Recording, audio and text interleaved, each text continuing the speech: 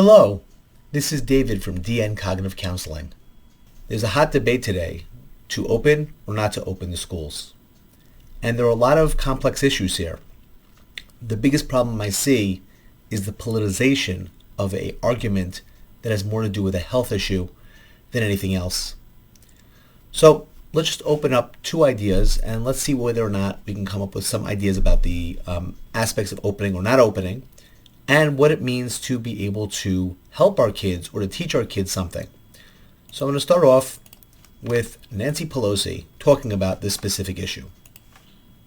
Secretary of Education indicated that if children should go to school, they have to take risks. Everybody takes risks. Take risks to ride a bicycle, to be an astronaut.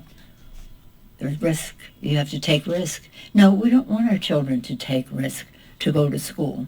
We're supposed to mitigate for any damage. We're supposed to keep them safe. So with stiff competition, that was one of the most ill-informed statements. Stiff competition, though, in this administration on this and other subjects. So here Nancy Pelosi states something that we all pretty much would agree with, that we'd like to be able to mitigate risk for children. It reminded me of something that took place a while ago where Jonathan Haidt was on Bill Maher. And I'd like to take a look at that and contrast that with this concept what Nancy was talking about. Psychologist at New York University's Stern School of Business and co-author of the New York Times bestseller, The Coddling of the American Mind, How Good Intentions and Bad Ideas Are Setting Up a Generation for Failure, Jonathan Haidt. Jonathan. Okay. Great to have you, sir. Okay. And let's get right to this and see how this all folds in together. Now, the last thing we need in this country is another reason for democracy to be threatened. But your book says we have one. It's the darn kids today. Explain that a little. I'm paraphrasing. You're an actual eminent professor. You say it in better words than I just did, please. Sure. Well, the book has its origins in an observation from my co-author, Greg Lukianoff. He is the president of the Foundation for Individual Rights in Education, defends free speech rights on campus. And in 2013, Greg began noticing that for the first time, it was the students who were asking for protections from words and books and ideas and speakers. Previously, students had protested speakers before, but they had never before medicalized it. They acted as though if this person says something, I will be harmed, damaged, people will be traumatized. And so this was something new. And when they put it in terms of safety, well, then administrators have to respond.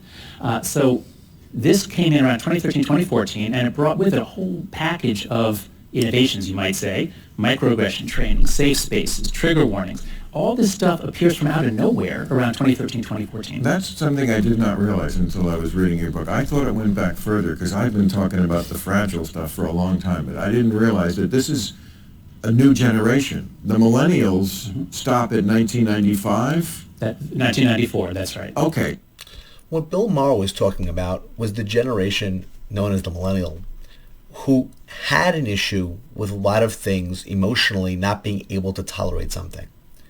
Now, what Jonathan Haidt's talking about is taking it to a new level in 2013. And the question is, what's going on? Why is that happening? Now, for those of you who don't know what a social psychologist does, is they don't work with individuals. Like a lot of therapists, they work with an individual client, and they like to make an individual change in somebody's life. But what a social psychologist does is they look at society as a whole and about trends and the way that things work on a more global sense. And that's where Jonathan's work is. And for those of you who have never seen this book, I very highly recommend it. There's a lot of information in there. It gives you a really good sense, and it explains to you actually the science behind what they're doing. But let's go ahead with the interview. So now we're into the iGen, you call them, or Generation Z? Right, same thing, that's right. And they're even more fragile. Yeah. Well, so this is something that Who can we blame? Let's start blaming. I want to blame. Let's play the blame game. Now, what I hate about Bill Maher in this sense is instead of just trying to understand it, to work toward fix it, he wants to blame somebody, although he's using it tongue-in-cheek. But there is aspects, a lot of blame here. And I want you to pay close attention to what Jonathan's going to say right now. Okay. I say Well, let's parents. see. You Okay, go. okay, we'll do all the parents and we'll do all the good. teachers. So yeah, the basic finding, which I think surprised a lot of us. A lot of us assumed that the millennials were from 1982 to around 2000 or 1998. But kids born around 1995 had a very different childhood from kids born a few years before. And so research by Gene Twenge and others show that kids born after 1985, they don't get driver's licenses as much. They don't drink as much. They don't go out on dates. They don't have sex as much. What are they doing? They're sitting at home on their devices, talking with each other. And this seems to be changing social development. And we know this. This is not just some perception from outsiders, because the rates of anxiety disorders, depression, self-cutting, where they have to be admitted to hospitals, and suicide. All of these rates are way, way up, especially for girls, and it all begins right around 2011. And so it's when this generation first enters college campuses, and 2013, that's when all this new attitude about speech comes in. Isn't another reason that they're sitting home instead of doing all those fun things is because the parents insist on watching them all the time. Exactly. I mean, I remember 20 years ago we talked about helicopter parents, hovering over them, and now they call it bulldozer parents. Yep. They clear out any obstacles in the way. Concierge parenting, I've heard. Right. Yeah. So that the kid doesn't have to ever face any difficulties. How can that kid function in the real world? That's right. So the most important psychological idea in the book is anti-fragility, that there's some things that are fragile, like a wine glass. If you knock it over, it breaks, nothing good happens.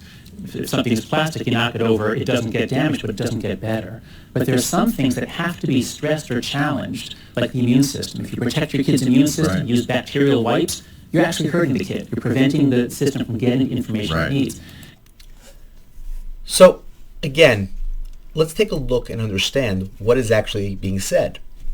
The more you protect your child from the rigors of the outside world, the more fragile you make them emotionally, the more they have an inability to cope. Is that actually what we want? Now, we have to understand what it means to protect kids, and we don't want to put them in a situation where we're going to be ending up hurting them worse. On the same token, when you attempt to do something to protect them so much, you can end up hurting them even worse. Same thing with social life. If you protect your kids from being excluded, from being insulted, from being teased, when they grow up, it's like the princess and the pea, a little tiny thing that they encounter on campus now becomes intolerably painful. But it's not all over the country, really, is it? I mean, Well- this is something when they talk about elite. Well, Bill Maher now tries to make this not about all over the country. Jonathan is going to explain that it is all over the country. But the aspect here, what's important to understand, and what I wanted to focus in on is, you have Nancy Pelosi stating how we need to protect the kids. And we need to understand what we're protecting. And I absolutely agree. I think we do need to protect the children. But the idea is at what cost? So let's take a look here at the actual evidence of age of coronavirus deaths. For the first one here is the New York City of Health of May 13th of 2020. 0 to 17-year-olds. There's been 9, sadly. That's 0.06%. 6 with underlying conditions. 3 without. The vast majority, if you take a look at the data across the board, it's again New York City Health, I'm sorry, fatalities of age range, from 0 to 9-year-olds you had none. From 10 to 19-year-olds, you had 0.2%. From 20 to 29, 0.2%. 30 to 39, 0.2%. It then doubles again at 40 to 49 year olds, that's 0.4, and 50 to 59-year-olds, 1.3. And then we get up to the real high numbers where it's actually very dangerous. So if you're taking a look at these numbers, you understand that children factually are very low risk. The big problems with opening up the schools is not the kids. The big problems with opening up the schools, the adults. And when those kids come home, what's going to happen to those adults and whether or not those kids will expose those adults. Then you also have to weigh in the fact of what is the effect of kids not being in school. They're going to be on these devices more. They're going to be more socially isolated. Their education will be diminished. Their years of learning will be lessened. Last year, the New York State regents were not given. And those tests, the kids were just passed, which is nice, except for the kids that don't do well in their, let's say, math regent, they now have to move on to the next year's regent, and they may not be prepared for that work because they just were passed over, in a sense, which is another problem. And I think what happens here is that, we take a look at things as a singular issue. But when Nancy Pelosi talks about the idea of protecting kids, I don't think there's anybody out there saying we shouldn't protect children. I think what they're saying is the evidence to children is that they're nearly not in danger. The question is, how do we protect the adults? I've heard some people say that maybe the older people, anybody above 30 or 40 years old, even if you wanted to go to 30, they would be almost in a situation where they would zoom in to the classroom. You would have a 20, 22-year-old in the classroom to monitor, and you would have then the teachers zoom in for the education, which as an idea does not sound horrific. But then you have to know, is a 20, 22-year-old going to be good with discipline and being able to hold down the fort? What do the principals do? It's still complex.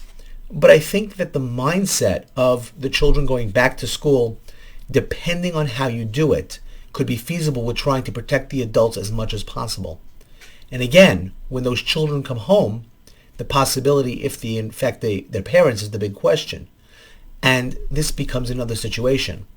So I know that a lot of camps have opened now, and most camps are run by young teenagers. That's how they generally are run, right? You have a counselor, 17, 18-year-old, who's watching a bunch of kids, they play, and you get to see. So it would be very good to take the stats right now of what's going on there and to see whether that model would actually go well into a school system model. But that would be taking a look at evidence. The problem is that people here are not looking at what evidence is. What they're looking for is political points. We really care about children. They're evil and don't. We are the ones that want to go ahead and protect you. They want you dead. Without recognizing the damage and the things that are done and the unintended consequences that take place when you don't do something else. Jonathan Haidt brings to mind about the idea that we need to be careful about protecting children too much. We have to give them a sense of reality, of what goes on, to give them a thicker skin. Because what happens is you're going to create your children to be the princess of the pea, which she has no ability to be able to tolerate a pea on all those mattresses because they're so protected. Is that what we want to create? Something to think about and something to discuss. I'd love to hear your comments.